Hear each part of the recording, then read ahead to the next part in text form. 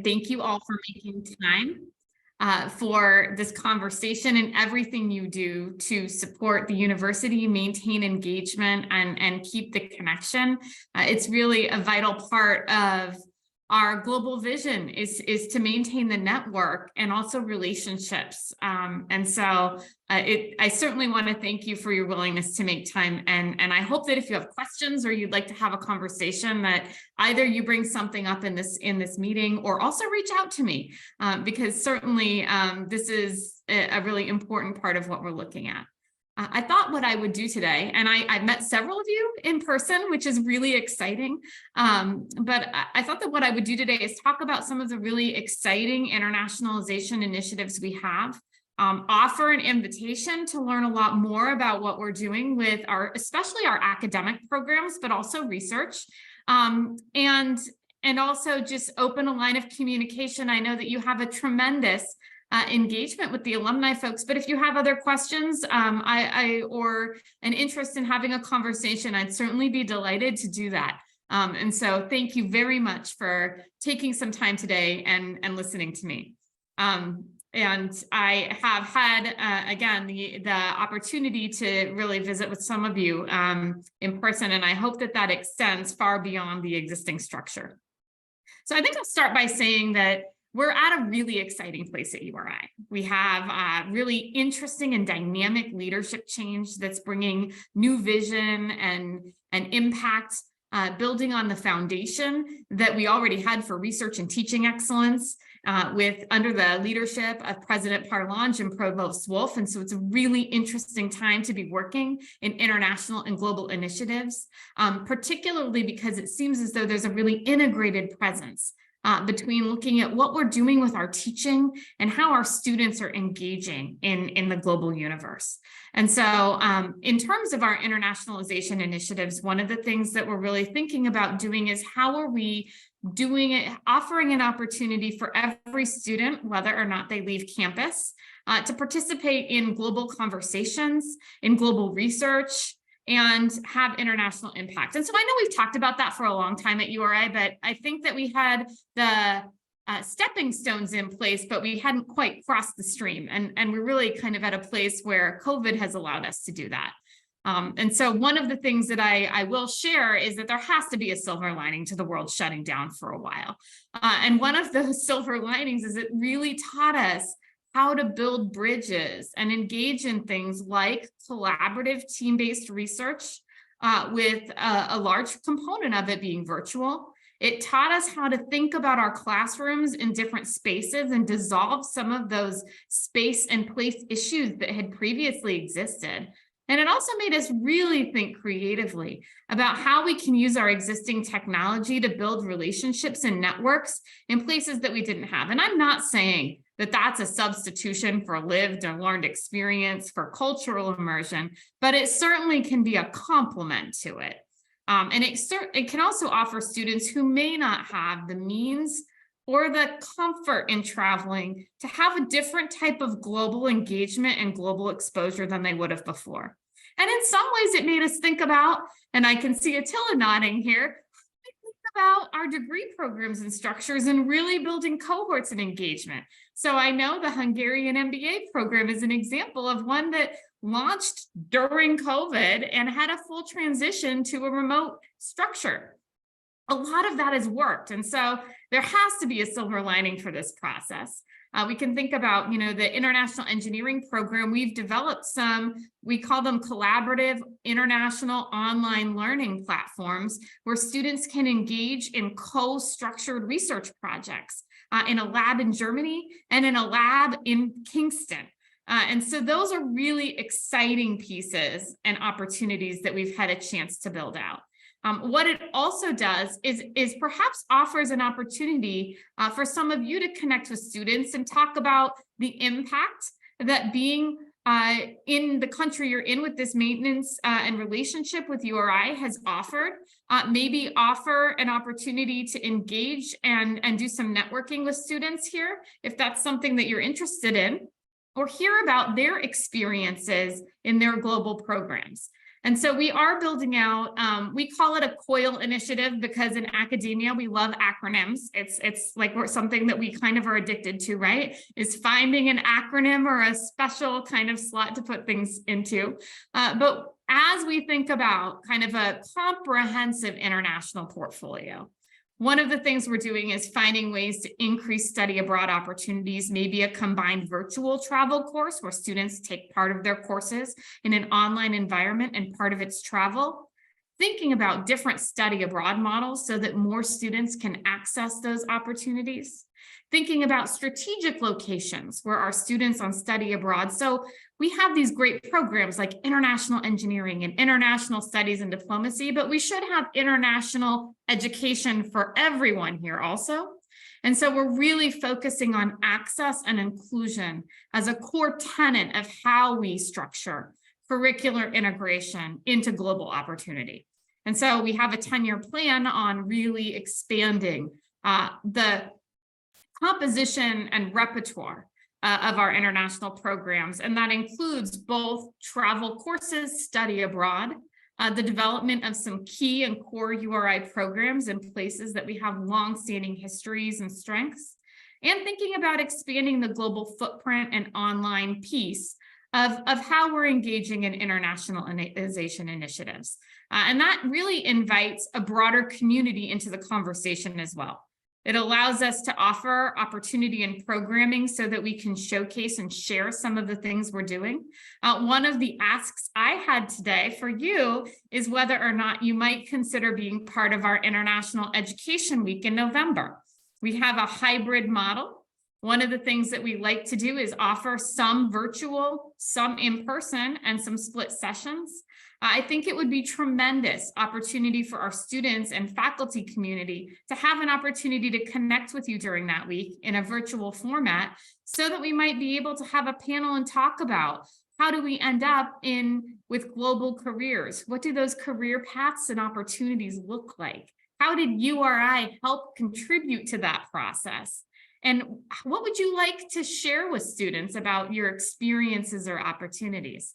And so during International Education Week, we have everything from study abroad, structures for faculty, how do you run a study abroad course, to students, where should you go and how do you do it, to talking about our Fulbright programs and other sorts of scholarship and fellowship initiatives, to showcasing the exceptional research and experiences that students have. And what I'm hoping is that we can also build that into alumni and global ambassadors to talk about how has this shaped career trajectories and livelihoods of folks who've been connected to and at URI. And so I'm hoping that that's something that we could consider working on together to help build that connection. I also would invite you to think about if there are any areas that you're interested in that we offer with a virtual component, please participate. And so that would be another kind of entry point. If there is something, if you're interested in looking at the exceptional research that we have in marine biology or other types of initiatives, I certainly think that would be a very exciting component that we could engage with and offer. In addition to that, we are working really hard on our diversity, equity, and inclusion pieces to make sure that what we're doing is creating a welcoming community for folks from all around the world, regardless of background, experience, or resources coming into URI. So that doesn't just mean our domestic diversity, equity, and inclusion issues. The campus needs to be a welcoming place to our international community from the variety of perspectives and experiences that they offer. And so that's a real priority for our area, is to make sure that we're not just sharing the unique challenges of the United States and Kingston, Rhode Island, but that we're creating a broader community and network for our international students, faculty, and staff, and global community. And so that is another really exciting piece. The last thing I'll talk about, and then I hope we can have a conversation today, is that we have a new Global Initiatives newsletter where we're sharing information about programs, new study abroad experiences, student research, but also strategic partnerships and initiatives that are happening around the world. And I'd love to be able to share that with you. Because there are tremendous, exciting, and really innovative things happening here, largely from the students. I mean, our students really have tremendous impact in their research and creativity. And so thinking about some and learning about those things can also build some connection, but we'd also love to feature some of the experience or insights that you might want to share. And so it really is intended to be an international newsletter about every month about what's going on. Did we have a delegation here from France? Do we have a delegation going to France? Did they meet with one of you? What kind of research project or experience that is unique to our composition do we have? And so the first one is going out next week. It's our inaugural outreach effort to just share information about all things global at URI. And hopefully it will be a very robust and engaged initiative. But to share some of that information. The last thing I will say is that we have a pretty robust and engaged travel schedule. One of the things that is very exciting about the institution is really the strategic depth and focus on partnerships. So I will be traveling to Taiwan and Japan in just a couple of weeks, but as you already heard, the International Engineering Board of Advisors meeting is happening in Germany this year. It's likely that we have some initiatives that will happen both in Timor-Leste and in Cabo Verde this summer. And so there's a whole range and scope of engagement and opportunities that are happening from the institution. And so that's all really exciting news. Again, I'm really hoping that we have an opportunity down the line to think about ways in which we can build additional connections between your experiences and the current students at URI, whether or not they're abroad or in Kingston. And so I will leave it at that and hope that maybe we can have a bit of a conversation about your experience, or Mary, if you have some suggested other comments or thoughts that we could engage in. But I'm delighted to be invited to your meeting and also to have an opportunity to connect with you today. And I did note that in the chat, someone noted that they'd had a lot of interference. I hope that that's not widespread, but can you all hear me okay? We All can, right. and we are being recorded so that we can share this with our global ambassadors that couldn't join us. So it seems to be going okay on our end, I think. But we will certainly. Well, I apologize for the interference for our participant who is not able to fully engage. But I'm hoping that we can also have a bit of a conversation about what would you like to see from URI in terms of maintaining and building a connection.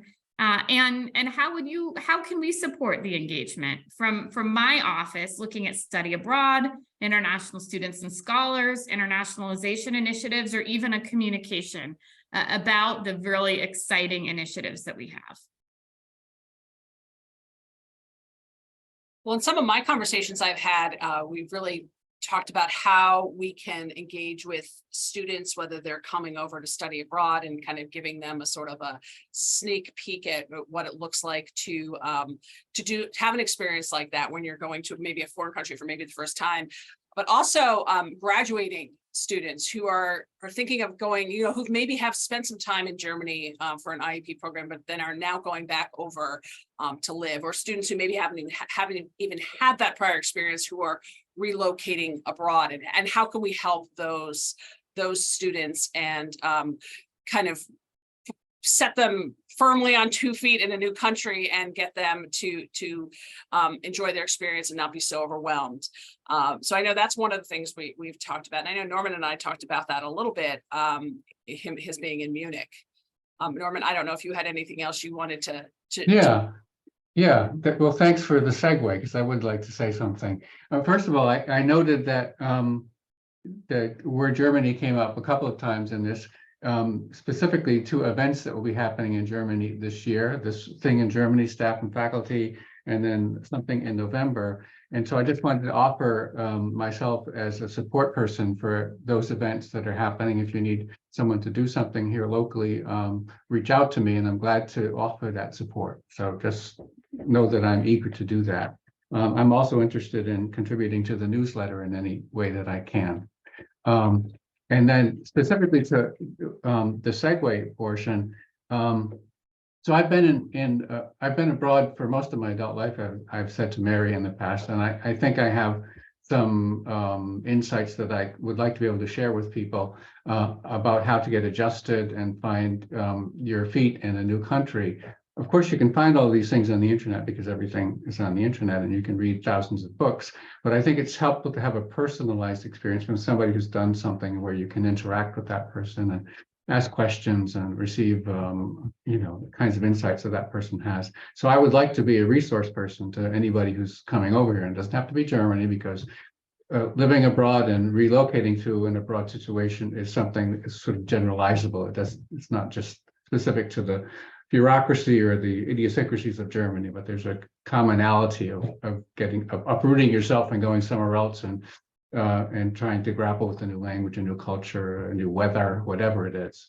So I'd be glad to, as I said to Mary, I wrote to Mary, I'd be glad to put together a kind of FAQs from my perspective on how to deal with moving abroad, either permanently, once you graduated, or just relocating for a semester or a year or something like that. I'd like to do that. I haven't started it because I wanted to have this interaction with folks and see what comes of that. But that's something I think could be useful. I think that would be wonderful. I'm wondering if you might even be willing to participate on a virtual panel with students where they could ask questions. Because maybe about both of those things, and it would be great to get kind of a set of collective wisdom from folks about what is it like to do this. One, we find that the two biggest obstacles to students being willing to try something like this, it's first finances, but the other is fear. Right? It's a lack of familiarity, a lack of comfort with the option. And then one of the things I've seen is, I was a faculty member here for 15 years, and I traveled with students on study abroad courses. I've worked with a program that required study abroad as a component of it. And one of the pieces that I found is sometimes just opening the door, a crack opened the world, where students who hadn't left New England we're in a situation where doing that first faculty-led program for 2 weeks in January created a universe where those students felt like they could pursue careers that would have either really significant travel or require living abroad for a period of time. One of the students that I traveled with him on the first passport he had, he came on one of our classes to Cuba, and he just got a Fulbright. But is looking at a career in the Foreign Service or for the State Department. And it's just like the world changed as a consequence of having that experience and opportunity lined up for him to think about this as an option. Like it was for him, it wasn't just for everybody else. And he's gonna be a force in the world. And so all of us are better as a consequence of having that opportunity. I mean, I'd love to see everyone have that opportunity anyway, because we see that study abroad helps retention, it helps student success, it helps build confidence. There's just such a skill set that's associated with living and working and experiencing a variety of cultures, of lived experience. And we all know that. And the literature really backs it up. But what we don't want is for that to only be available to a subset of our students. And so I really think that having somebody to talk to, saying, I know where you're at, here are some really practical things that will help you, would be really important. And so, and here's some challenges to think through so you can, strategize about how we're working through these, because our students, the students we have coming in are the students who finished high school in COVID. And that's a really different and challenging student population because they didn't have that same opportunity for independence and thinking through those kind of really formative years. And so I think that the guardrails are a little different now in terms of kind of the support and information and certainty students have. So thank you. That's really generous. And I also think a really great idea. I'm going to take you up on that. Yeah, no, I want you to. So yes, I'd like to be part of the panel if that's useful. And I would also, I think it's important to evangelize for the abroad experience. And I can speak to it from my own personal experience as having relocated to France and then Germany, and also have 4 children who have grown up as German Americans and primarily here in Germany. And my experience here, and I'm sure that other Europeans in the panel, is that European young people are more comfortable with crossing borders here, which don't really exist anymore. When I got here, you need to show passports all the time. Are more comfortable than their American counterparts with relocating in different countries and crossing, national lines, but also language lines. And I would like for American students to feel that level of comfort as well, so that when they get here, you want them to be starry-eyed in a good way, but not to be naive or intimidated or frightened by the experience, and to get comfortable with that.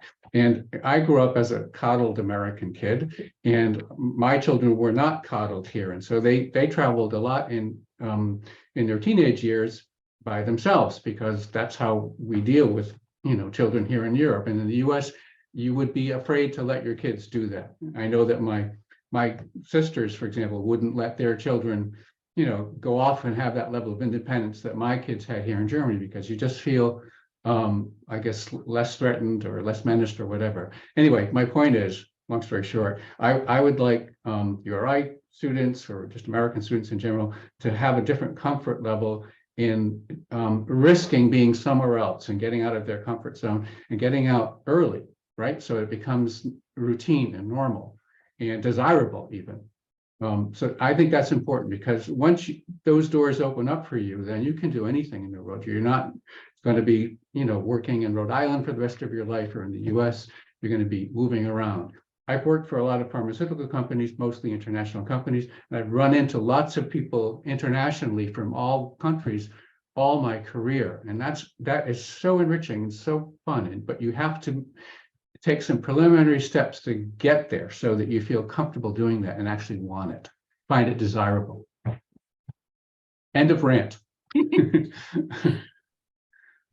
I did want to share with you, Kristin, that and I want to make sure that we let anybody else speak, but I did want to share with you that some of our global ambassadors had the opportunity earlier this winter to spend an hour with Debbie Suggs over in admissions. So Debbie, who runs oversees the special populations, she and her international admissions counselor, Pieter, we've been working with them to try and find a way that our global ambassadors can be involved with students as before they even become students, and how we can, and I know that that's a conversation we'd love for you to be a part of on this end, as we work to kind of strengthen what our global ambassadors can do, whether it's going to a college fair, whether it's putting a flyer up in a local high school, ways to sort of make URI shine.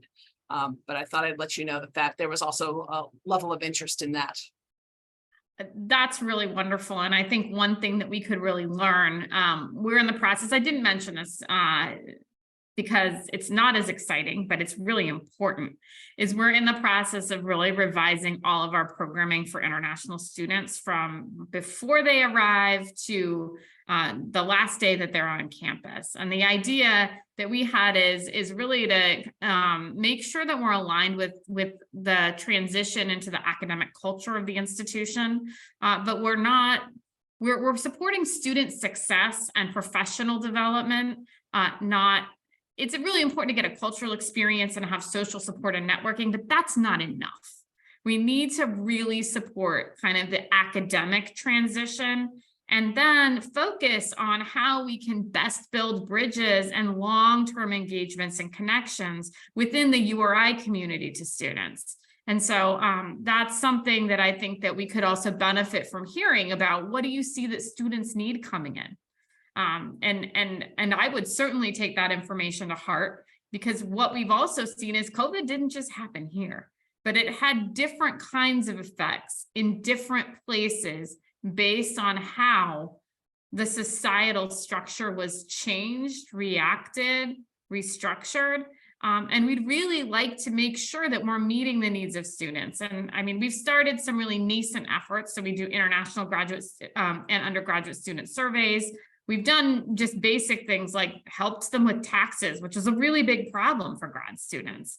but thinking about what are the needs of students and how might we think about how the US responded to COVID and what those students experienced where they were, so we can make sure that we're serving them appropriately. And that is a unique insight that you all can have and share with us too. And so I'd welcome any sort of expertise or information that you wanted to share. Excellent. Are there other ways that, other questions you have about our global presence or things that you, Attila, is there something you'd like to add? Yes, yeah, just in time. Thank you, Mary. Hello. Hello to all. Most of you are not knowing me. I'm the first MBA. I'm from the first MBA group, together with Hungarian University, and we have finished in 2022. And since then, I'm a quite hyperactive member of the URI community. Practically, I'm focusing on the graduate stuff because I've done that, and how we have approached it, or I have approached it, that because of my corporate life, I have good connections with Hungarian universities. And Kristin, I think that you know that I'm in the discussion with 2 Hungarian universities how to copy or extend or restructure MBA and DBA, because I'm shooting for the DBA. So for Hungary, we do not have DBA.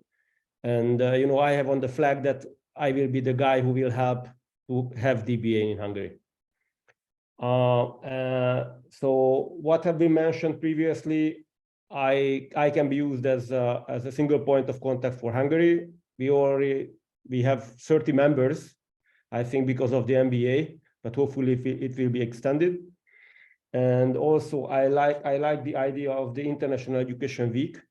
And as I'm a big traveler, if there is a chance, then I can be even in person in URI as well. But we will discuss it how to do it. And on the other hand, I think that I would be love to hear more about what you have said, Kristin, that kind of international experience of students, vice versa. Meaning, I think that URI students can come to, for example, in Hungary or in Germany or whatever, and then the other way around, I guess. Correct? Yes, although some of our most successful programs, and we have one that's a really exciting pilot this summer, where students are going to co-learn. Okay. They're in a virtual class, and then for 2 weeks in the summer, they're traveling and they're going to co-learn with a cohort of students that they've been learning with virtually prior to the trip. And then they're going to co-learn for 2 weeks, and then they're coming back. And the idea behind that is really to find a way that students can keep their work schedules and their income, still progress toward their degree, and have study abroad experience that's really practical, meaningful, and building connections. And so I think we're really looking at sharing some models that could be creative in that structure. And, if everybody could go abroad for 1.5 years, it would be ideal, but not everybody is willing or able to do that or ready to do that. And so I kind of look at it as a ladder. How do we get people onto that first half rung? And if we can get them there, maybe they'll be able to willing to go up 2 more. One of the other things that I would love to think about doing is, as we send faculty to explore study abroad opportunities. So we're starting to really support faculty in developing full programs before they take students on them. One of the other things that we could do is make a connection and have an opportunity for them to meet with you and get some expert advice on things you think students are going to be challenged with, things that they're really going to benefit from, and kind of get an opportunity for them to learn from our subject matter experts about the experiences that they're having in different locations. And so I would like, both for faculty research, if you might be willing to entertain and have a meeting with a faculty member who might be traveling for research or for a conference, but also, again, we're starting to really send folks out to have a curated development of these study away experiences so that it is informed, engaged, and structured in a way that best fits the student experience. And part of the reason we're doing that is because of COVID. Not everything that used to be in place that we had on programs is still in place. And part of it is because when we support faculty in developing the best version of curriculum and give them an opportunity to travel and experience and engage with the place that they're going right before they choose to take students, we get a better experience for students. And so thinking about how do we maximize what students get out of an experience or opportunity. But part of that is also really thinking about how we can have some reciprocity. How might we be able to host students from a partner or other institution? What would they want to learn about Rhode Island? What's interesting and quirky about here? We have a summer institute of students from Taiwan coming in this summer who are going to live on the Kingston campus. They're studying English and they're going to New York and Boston. They'll spend the 4th of July in Newport. But these are all really, learning about what would they want to do here? What would be interesting? And then what are some of the most meaningful and impactful experiences that we could offer? And then are there ways we can build connections back to Taiwan for them? So those are the kinds of things we're thinking about. It's something that's really comprehensive and holistic. Attila, I see your hand up. Question. What you have said, the Taiwan group, is it organized as individuals or is it organized with a single university out there? So there are 3 universities from Taiwan that are participating. The idea is that it's really a kind of a network-based approach.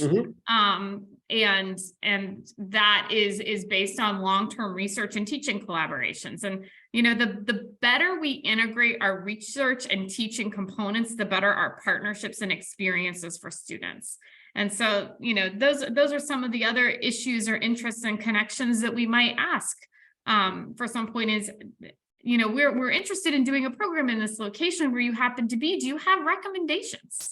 And certainly no expectation, but we have open ears and are happy to learn because you certainly know more about the context and unique experience that you have than we do. And so, I think having an opportunity to also learn from you about what we should be doing and how we could be doing it, or where there might be some opportunities is always really welcome information.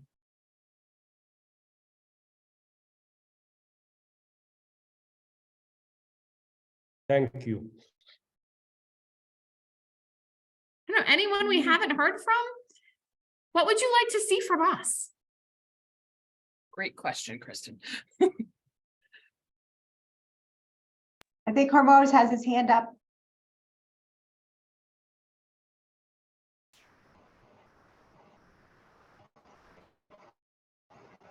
Provost, did you have something to share? Very good question. Can you hear me? Yes. Okay, first of all, apologies. I had technical difficulties. I missed out this news. I was wondering if I live in the UK. There are actively looking up with a university in the United Kingdom. I think it came up some while ago, but I wonder whether you've actually identified a university with whom with which you would like to establish. I don't know what those programs are called. This linking up universities, an exchange. It's not a one. Whether any effort has been made, and whether it's actually within your Hormoz, why don't you try and turn off your camera and see if that might help a little bit? Can you hear me okay? Oh, you can't hear me?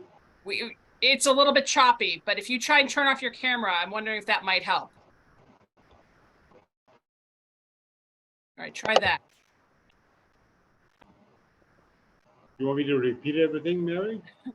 I think we got. I think you're asking about is there a university over in the UK that we have a partnership with, or would like to have a partnership with? I let you continue.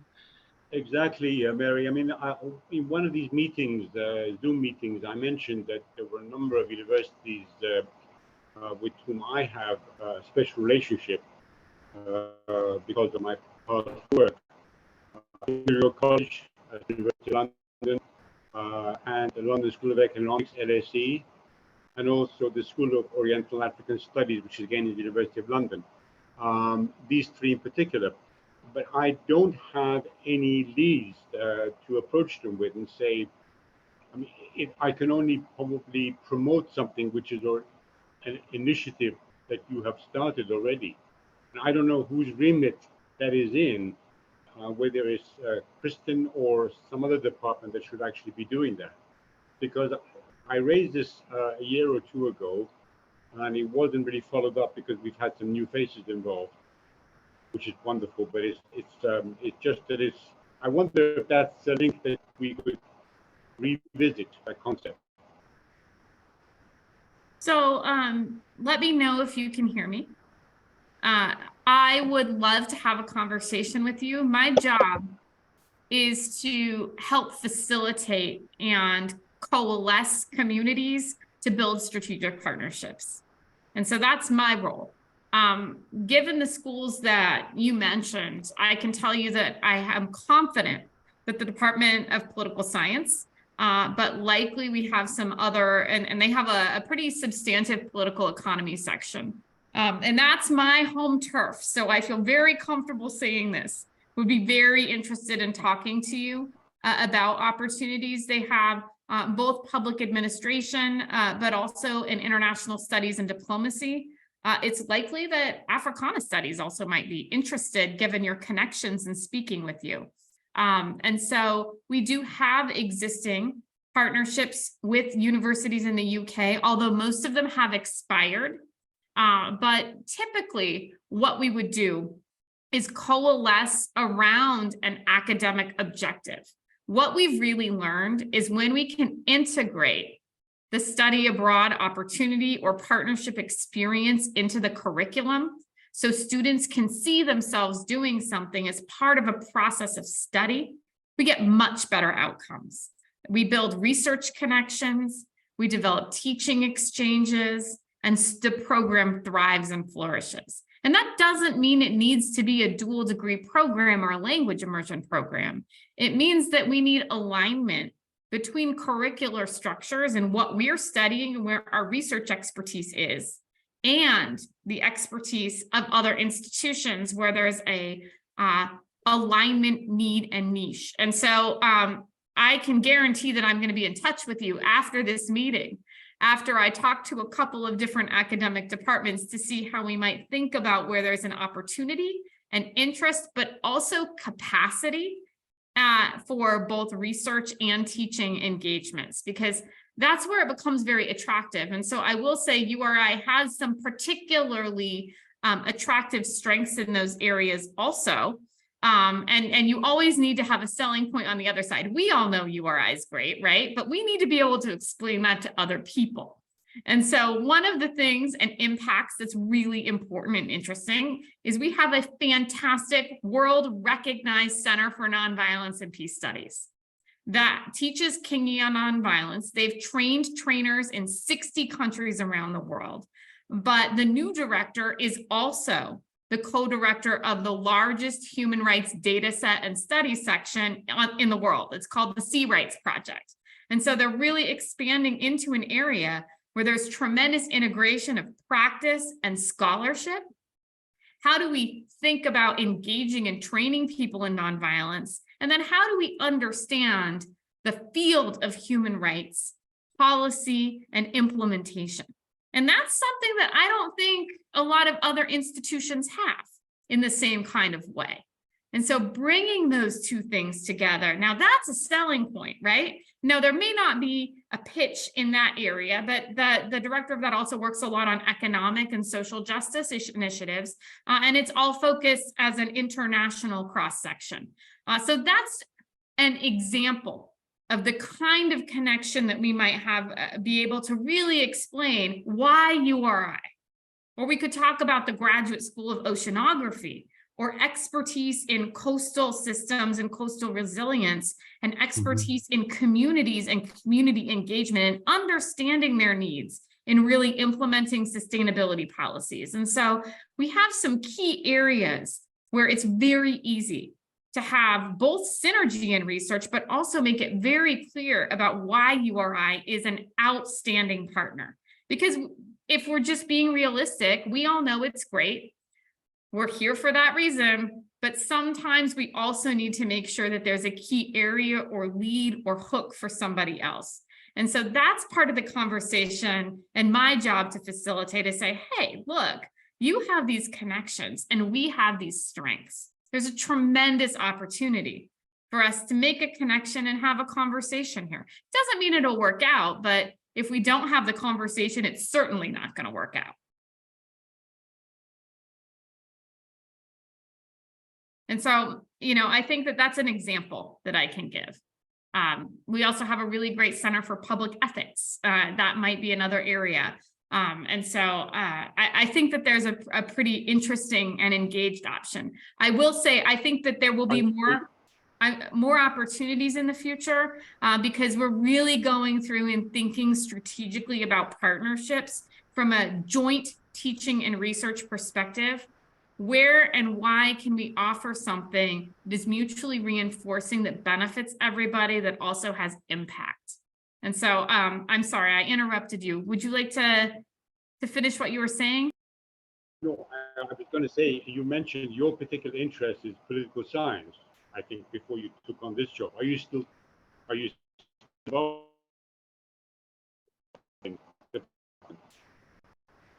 So I'm not teaching anymore. It's just my background, so I know that department really, really well. And so I feel comfortable offering some examples from it. Because the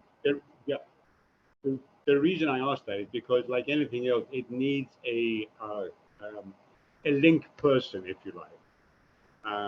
And I know that, for example, if you took up the particular interest of being that link, for example, there are many programs on good governance, which these universities I mentioned are undertaking. It's basically good governance for, if you like, the third world, developing world, and so on. I don't know what the correct political term is, but anyway. So it's really focusing on good governance. Now, the question of nonviolence you mentioned, there could be a link between those two because there's so much, similarity. I'm just saying that if you give me some hints and ideas, I could take that to these places and say, why don't you start a conversation with the University of Rhode Island, because they might be doing something very similar, and you could help each other out, and even have exchange programs and so on. But I need a specific person to be the link to that could carry this forward. And my job is to find you the link. I no longer get to be the link because I'm not a faculty member anymore, but I have some in mind for you. And I think that's, as we kind of have different conversations and individual engagements, that's something that I can really facilitate. And I'm hoping even creating a newsletter might offer some insights, opportunity, or even excitement about knowing what we're doing. I think that there's a lot of really fresh energy and different kinds of opportunities that are happening within study abroad, within international student support, but also within our combined teaching and research mission that is really exciting at this point, but also coming in a new direction and really looking to build and enhance relationships and information. And so that's one way we could think about pursuing it. I gave an example from political science because I was a faculty member in the department for 15 years, so I feel really comfortable talking about it. And I know what initiatives they're pursuing now, and it aligned with those areas. But my job is to really make the connections. If we're looking at, and so it's important, if I have a chance to get to know you a little bit, that's also really helpful. If you have time and willingness to talk to me about your interests and areas, I would welcome an opportunity to learn from you. If you are interested in talking to students, I welcome an opportunity to set up an opportunity for you to work with students. If you're willing to talk about URI's particular degree programs in an area that you think we are a good fit, at fairs or other career services, I'm happy to support and provide information about those programs. And so I'm really delighted to work with you in a variety of capacities. And if we have a chance for you to meet some of our students on a program, that would be really wonderful. Just because I think that it's always good to remember why we're here and what we're doing. And so those are kind of the things that my role is to bring people together and to kind of steer the ship in terms of what we do globally. But it's, you know, I don't get to tell faculty what academic programs or curriculum they're doing. That's not my lane. We have so many really exciting initiatives. And so I think that that's kind of the key piece that I can do is help facilitate building that connection where there's mutual interest and you can have a conversation with someone where there might be mutual gain. And certainly you would be doing us a tremendous benefit and service from making those kinds of connections. And so we would be certainly quite grateful for that. Kristin, I've seen Louise from Portugal put her hand up a couple times. So I know I'm watching the time, but I want to give Louise the opportunity to talk to you. Thank you, Michelle. Hello, Kristin. I just want to just say thank you for that response. I do feel that this has been so invaluable to hear your sort of insightful and detailed sort of elaboration on all the possibilities that are at the table here for us to engage with you. And I think you've sparked a lot of new thought, and clearly having this opportunity to, you know, speak with you even virtually gives us something to think about aligning, picking up on what Hermos said, just aligning, finding areas where maybe wherever we are in our respective countries on academic or research possibilities, and even I'm assuming not just for students, but for faculty or speakers or where there's an interest that's aligned. It just gives us that little thread to pick up on. So just wanted to take a moment to thank you for being here with us today and for sharing, opening up this conversation. Well, and I will say, if you have a particular area of expertise that might really offer some insights to students in careers or other areas, in addition to living and working abroad, I would be so excited to see if we could find a way to bring you into a classroom or an event to talk to students so that they can benefit from your expertise and knowledge. I really think that it's something we don't do often enough. And there is no substitute for having a conversation with somebody, even if it's through a computer, where you just get something different about that shared experience, conversation, and understanding. And so that's also something that I would really welcome an opportunity to make a connection for. And so again, I really those are really kind words. And I also want to say thank you for being willing to support URI in this role. It's a really critical piece of what we do. And it really makes a difference for both of our students, but also for us in all of the kinds of initiatives and impact that we think about. And so I appreciate your time and your commitment to this effort. Thank you. And I look forward to meeting you. I will be there in person in June, so there will be an opportunity. Good. Well, I'd be delighted to do that. So I really look forward to meeting you. So this is Norman. I have a housekeeping question. Do we have email addresses from you, Kristin, or from others that we'd like to contact? Because the distribution list, I think, was anonymized, so I don't know how to write you. Yeah, Mary, is it all right if I put my email in the chat? Absolutely. I was going to All say, right. I'm going to send a follow-up email and I can include it there as well. Great, thank you. And hopefully I'll have an opportunity to meet more of you in person as time goes on. I'd really like to be able to do that as well. In support of, I mean, I just have to say, I'm so grateful that our foundation and alumni relations has really developed this program. I think that it's an invaluable resource to us, and the opportunity to have long-term connections is a really critical piece of helping our current students, but also really shaping and informing where people, what kind of careers are possible for them, and the impact that we can have. So I do really appreciate that.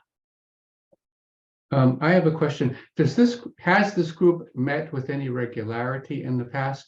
And is that an idea to consider for the future?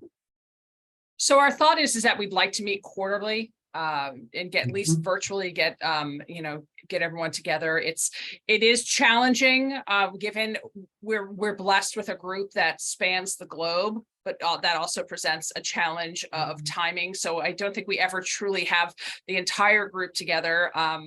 Typically, we would do a call at 9 p.m. our time as well to catch people on the other side of the world. So, I think the hope is to at least have some sort of opportunity quarterly to share with you some exclusive news or a speaker like Kristin to get together, but also, and that those would go in partnership with whatever either in-person events we can help you host in your countries, or if we're traveling that we can join you for. So it is hopefully to be quarterly. And now that we're sort of, I've been here for a year and I think this is maybe my third. So I think I might be missing a quarter, but we're going to, as we get going, and our hope is to do it more routinely. Great, thank you. Is there anything else before? I want to make sure that we're sensitive to people's time. And I will share this recording with the entire Global Ambassador group. So Kristin, please feel free to reach out if you hear from someone who wasn't on the call, and I can let you know where they are. But we thank you for your time and your energy and your enthusiasm for everything you do.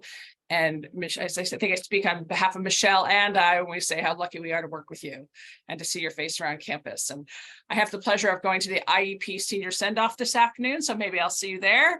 But it's really, we have great things going on at URI, and much of it is due to Kristin. So thank you very much.